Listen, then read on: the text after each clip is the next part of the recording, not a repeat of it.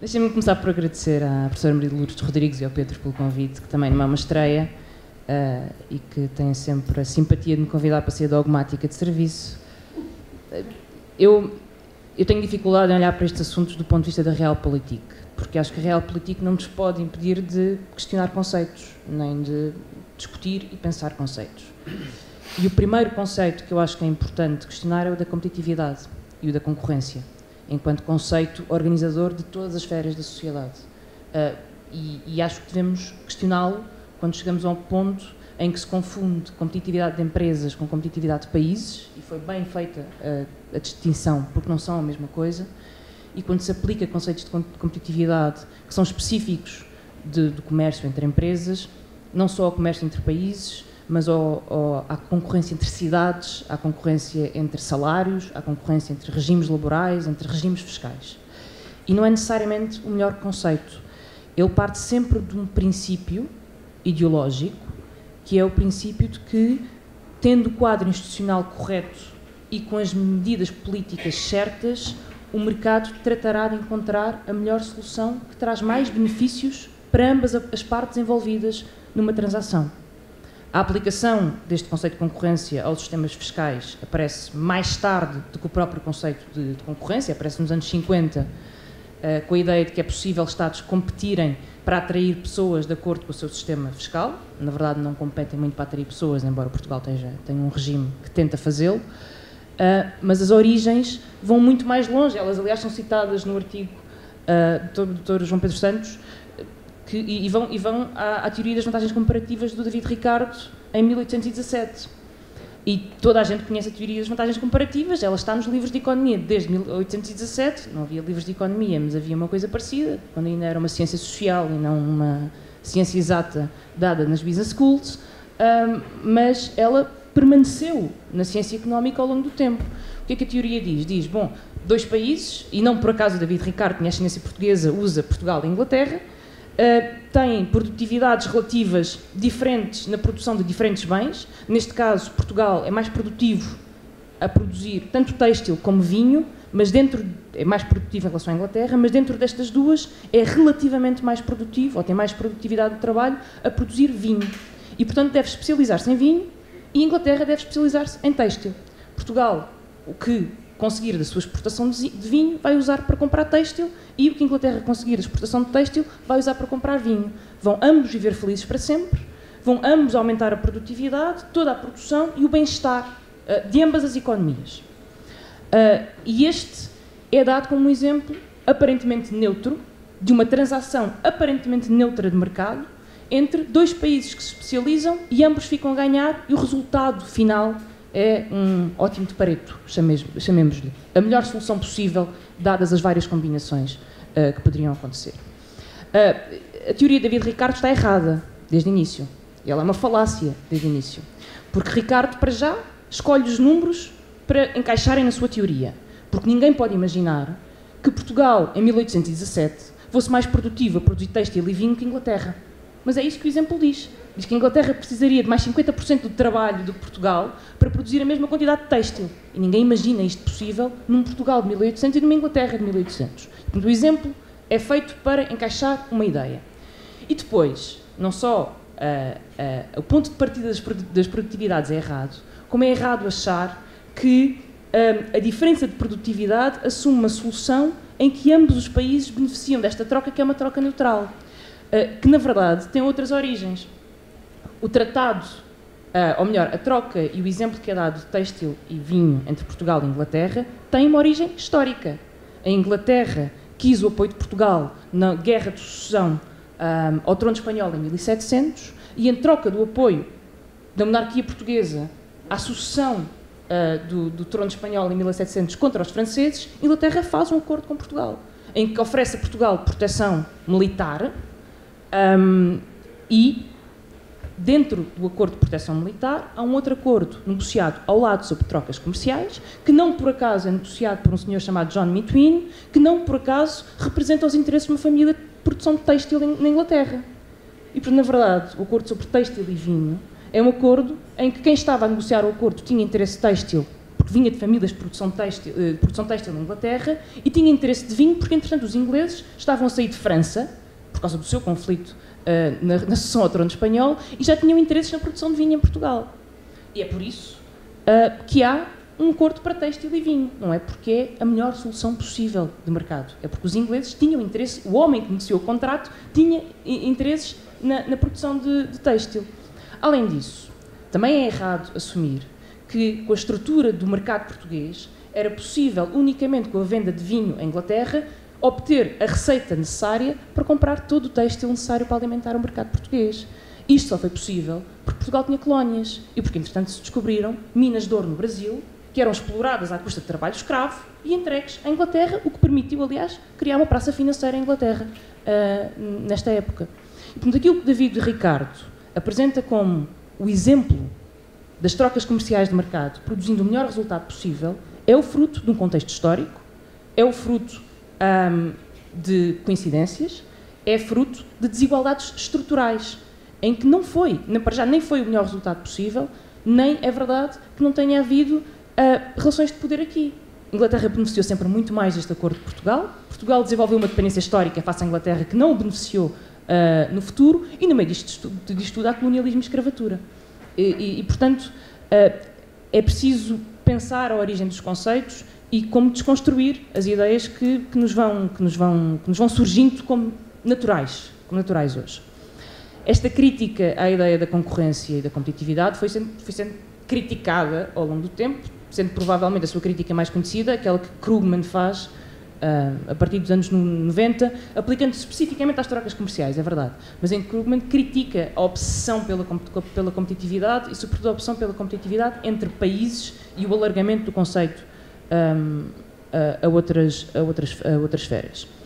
E, portanto, o primeiro ponto que eu gostaria de fazer é que, independentemente da Realpolitik e depois ser difícil ou não travar a ideia da concorrência fiscal, eu acho que ela deve ser questionada e eu acho que deve ser rejeitada como princípio. A concorrência fiscal deve ser rejeitada como princípio. Aliás, o alargamento da ideia da competição e da competitividade a todas as esferas da sociedade, ou a mercantilização das esferas da sociedade desta forma, deve ser rejeitada como princípio. Acho que há depois bons argumentos práticos e empíricos para a rejeitarmos. Em primeiro lugar, porque não há nenhuma relação estabelecida e determinada e provada entre níveis baixos de tributação ou níveis competitivos de tributação e crescimento económico. Já houve fases na história económica, nomeadamente nos anos dourados do capitalismo, em que houve boas taxas de crescimento económico e em que a competitividade fiscal era muito menor do que aquela que é hoje. Tal como há países que têm regimes fiscais e tributários mais justos e onde o crescimento económico não se ressente, porque há outros fatores em causa. Em segundo lugar, porque não há, da mesma forma que não há uma relação estabelecida com o crescimento económico, também não há uma relação estabelecida com o investimento. O imposto é mais um dos elementos que interessa para o investimento, mas não é o único, está longe de ser o único. Os inquéritos ao investimento feitos pelo INE em Portugal mostram que há muitos outros fatores que interessam ao investimento, entre eles a qualidade das instituições, a simplicidade do sistema fiscal, em que uma empresa pode não ter problemas com pagar uma taxa mais alta, mas quer um sistema mais simples, mais fácil de lidar, a qualidade dos recursos humanos, da investigação, da justiça. Bom, há um conjunto de razões que fazem com que a competitividade do sistema fiscal não seja só determinante no investimento. Mas depois também temos que perceber o que é o investimento. O que é que se determina como investimento? A mera circulação de fluxos financeiros é investimento? A compra de ativos financeiros sem criação de emprego ou de mais-valia ou valor acrescentado produtivo é investimento? Ou que houve uma altura em Portugal que se achava que a mera compra de empresas privatizadas era um investimento. Eu lamento, mas não é. Quer dizer, há uma circulação de ativos, até pode haver uma criação de uma receita fiscal, mas são ativos a passar de mão. Os ativos não estão a ser criados de base. E há uma diferença entre o investimento que está nas nossas cabeças, quando nos dizem investimento, em que se pensa em postos de trabalho, formação bruta de capital fixo, e depois um investimento financeiro da compra de ativos que já foram criados fisicamente. E isto é muito claro. Quando se olha para os valores de IDE, de investimento direto estrangeiro em Portugal, eu fui olhar e não conhecia estes dados, e há algumas curiosidades, que é, a Holanda é o maior país de origem e de destino do IDE em Portugal. Mais do que a Espanha. muito mais do que a Espanha. A Holanda. Eu sei que a Jerónimo Martins tem supermercados na Polónia, mas não tem na Holanda. Da mesma forma que a Galp não vende gás nem petróleo para a Holanda. Em 2011, eu não tenho os dados mais recentes, mas em 2011 a Holanda ultrapassava a Espanha em estoques de investimento recebido e tinha 27 mil milhões de estoques de investimento. A Holanda era o maior recebedor de investimento português, com 26 mil milhões, mais do dobro do que a Espanha. E a maior parte deste investimento aparece sob a forma do que eles chamam instituições financeiras especiais. E aumenta de 2009 para 2011. E, portanto, é muito mais provável que estes fluxos de investimento direto estrangeiro estejam relacionados com o facto das grandes, ou quase todas as empresas portuguesas têm sede fiscal na Holanda, e de transferências financeiras entre estas empresas e entre estes grandes grupos, do que estes níveis de investimento estarem relacionados com o investimento de facto, como nós pensamos que deveria ser o investimento entre países. E por isso a relação entre investimento e carga tributária não é assim tão líquida, nem é assim tão fácil de definir. Em terceiro lugar, quando nós falamos em competitividade fiscal, não há apenas uma deslocalização da receita fiscal de um país para o outro. Há uma perda fiscal de facto. O mundo, ou o sistema, enquanto um todo, perde receita fiscal. E, portanto, o resultado, de facto, não é melhor para todos, é pior para todos. E depois já falamos do efeito redistributivo que isto tem. As estimativas valem o que valem, é verdade. Ninguém, com um mínimo de honestidade intelectual, pode dizer que é possível estimar. A Comissão Europeia, algures, falava em 1.000 bilhões, o que equivalia a 2.000 euros por cidadão, que é mais do que se gasta em saúde, em evasão e fraude. No caso de só evasão, falava em 150 bilhões, que é igual ao orçamento da União Europeia. E, portanto, os dados estão nesta ordem de grandeza de perda de receita para um conjunto de países, para um agregado. E depois, não só uma perda de receita, como ela não se distribui da mesma forma. E gerando situações graves de iniquidade e de desigualdade. Porque os países mais pobres, que dependem muito mais de taxas de lucro sobre as grandes empresas, perdem receita face àqueles que conseguem criar acordos de dupla tributação, por exemplo, e porque há o princípio de taxar na sede da empresa e não onde a receita é criada, e, portanto, há permanente perda de receita dos países mais pobres, porque dentro do país, ou de cada país, são as maiores empresas e são os cidadãos com mais capacidade que conseguem encontrar formas de planear os seus impostos ou de fugir aos seus impostos. Isto não é uma capacidade que está aberta, ou seja, possível para todos, e, portanto, a carga tributária cai sobre quem não pode fugir. E isto gera não só desigualdades, gera uma coisa pior, que é mina a legitimidade do sistema tributário, que é o que está a acontecer em Portugal. Porque as pessoas sentem legitimamente que alguns conseguem fugir porque têm dinheiro e outros não conseguem fugir. E isto gera um problema de legitimidade do sistema tributário, dos impostos e, em última análise, do Estado e dos serviços públicos. Por outro lado, também há um fenómeno de free riding, em que estas grandes empresas utilizam os gastos em educação, em saúde, em formação de recursos humanos em certos países, não contribuindo depois, proporcionalmente, para o financiamento do Estado desses países onde estão a buscar as qualificações e a capacidade que têm para gerar lucros. E por isso, há muitas más consequências da concorrência fiscal e acho que há muitas boas razões para se duvidar do conceito e para se criticar o conceito. É obviamente complexa a situação e é ainda mais complexo quando nós saímos das questões de princípio ou da análise macro do fenómeno e passamos à fase de como é que isto se resolve. O que é que podemos fazer para resolver isto? Há uma linha que tem sido seguida, que eu acho que é menos eficaz, mas que é importante, é muito importante, que é já foi aqui muito bem explicada, dos mecanismos de reforço de transparência e de troca de informações. E eu aconselho a quem... A apresentação foi muito sintética nisso, mas o próprio artigo desenvolve um bocadinho mais aquilo que está a ser feito, e está a ser feito agora. Estes decretos estão agora a passar pela Assembleia da República, na maior parte deles, alguns já tinham sido. Portanto, cria-se uma lista negra de paraísos fiscais, criam-se alguns critérios que fazem com que os países sejam compliant, pouco compliant, muito compliant ou nada compliant com esta lista. Há um código de conduta na União Europeia para mínimos de tributação, há as diretivas da DAC sobre troca de informação automática, o que é um grande avanço, há as medidas para criar uma pool, qual é o nome dos beneficiários efetivos? Uma base de dados, um registro de beneficiários efetivos é importantíssimo, porque não podemos continuar a ter uma economia que não tem nomes, nem tem caras, nem tem registro, nem, quer dizer, com tudo o que isso implica depois de combate ao crime económico, ao branqueamento de capitais e por aí adiante. E há o projeto BEPS, que também tem muita importância, porque grande parte do planeamento fiscal, e essa acho que também é uma das conclusões que tem saído daqui, não se faz só através das baixas taxas, faz através da possibilidade de transferir lucros e operações por forma a minimizar o imposto a pagar. Estas medidas, elas são importantíssimas, mas elas não resolvem o problema de facto. De todo. Para já porque elas chegam com anos de atraso face às práticas. Nós estamos em 2017 a discutir a hipótese de criar uma base de dados de beneficiários efetivos que nem sabemos muito bem se será automática ou se vai ser criada. E, portanto, à medida que a legislação vai chegando, as práticas vão avançando. A legislação está atrasada face às práticas.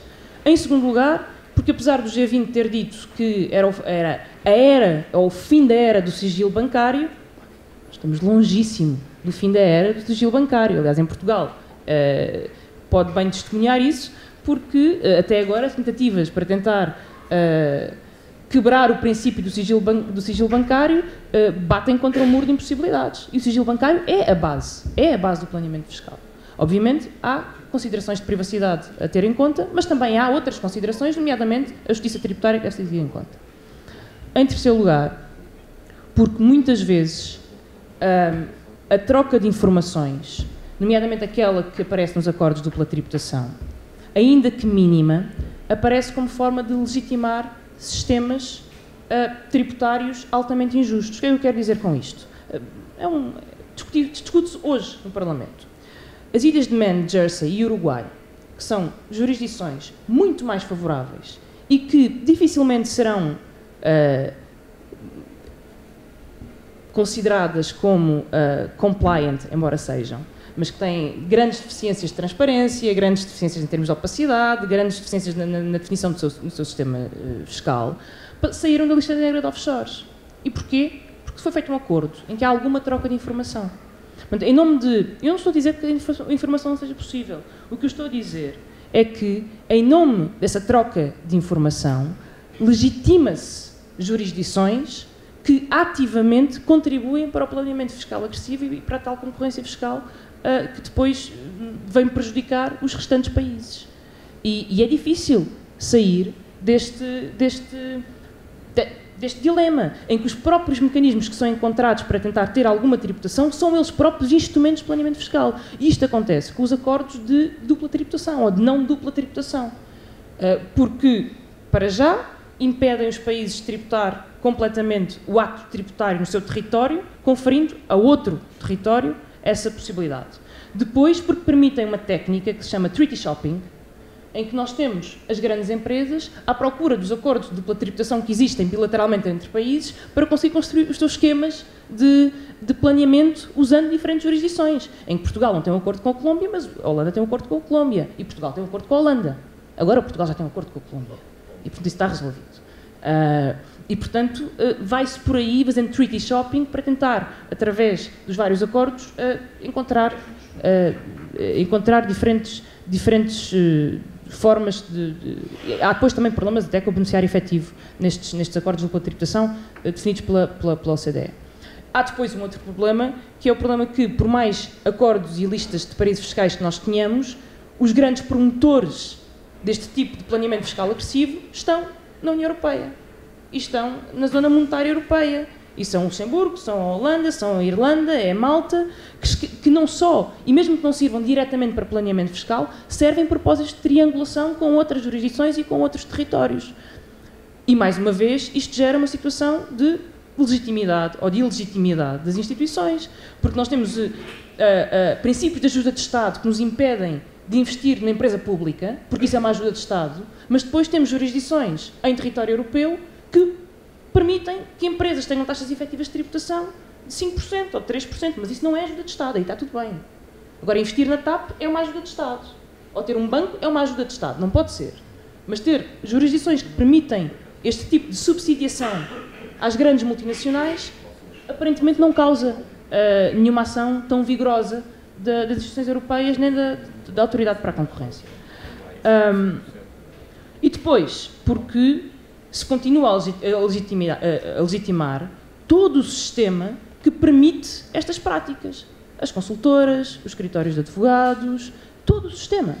Porque se criou a ideia de que há nada contra os advogados, nada contra os consultores. Mas a verdade é que há uma estrutura legal e de legitimação social das práticas de planeamento fiscal agressivo. E depois, entretanto, entramos na discussão. O que é o planeamento ilegítimo e o que é o planeamento legítimo? O que é o agressivo e não agressivo? Já perdemos. Está perdida a discussão a partir desse momento. Por exemplo, Portugal, que perde com estas práticas, tem, e foi identificado pela Comissão Europeia em 2016, 10 indicadores de planeamento fiscal agressivo. E o termo é deles, não é meu. 10 indicadores de planeamento fiscal agressivo. De várias formas. Entre elas, de dupla não tributação. Nomeadamente no tratamento de juros, que são tratados como um custo aqui, mas como um dividendo na Bélgica, e, portanto, beneficiam de uma dedução aqui, ou de uma não tributação, e de uma não tributação na Bélgica, por exemplo, nos impostos de patentes, ou no beneficiário efetivo que não estava identificado na distribuição de dividendos, ou no regime de Participation Exemption que foi criado na última reforma do IRC, que favorece esquemas de planeamento fiscal através de cascatas de empresas que transferem entre si lucros lucros e custos. Aliás, essa é a ideia. O projeto BEPS vem tentar alterar um bocadinho esta possibilidade, mas não impede, na prática, este tipo de mecanismos. Eu terminaria com 3 coisas. Dentro destes remédios que se vão encontrando, que eu acho que não resolvem o problema, há alguns pontos que de facto têm que ser resolvidos para que o combate ao planeamento seja mais eficaz. Um deles é o sigilo bancário e o tabu do sigilo bancário que protege o sistema.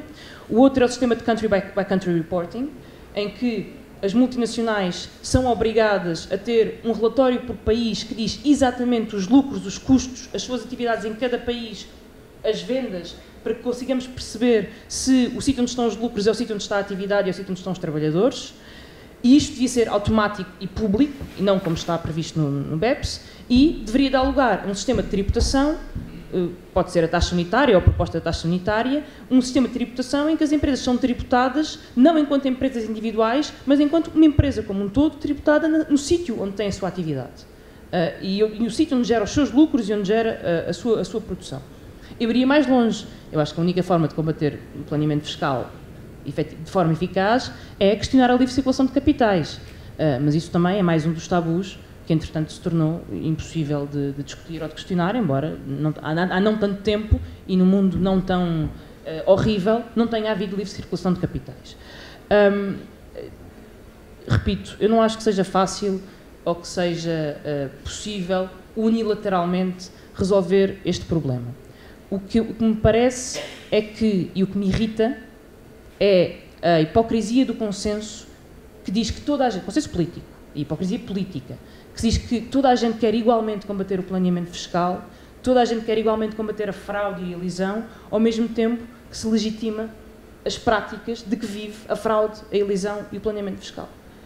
E eu acho que essa é uma discussão que nós temos que ter e é uma questão que temos que resolver, que é para sermos claros sobre quais são os objetivos e que tipo de sistema é que estamos a construir. Porque dizer que queremos fazer uma coisa, quando na prática estamos a fazer outra, confunde as pessoas e não permite um debate muito claro. São os meus 3 questões. Muito obrigado.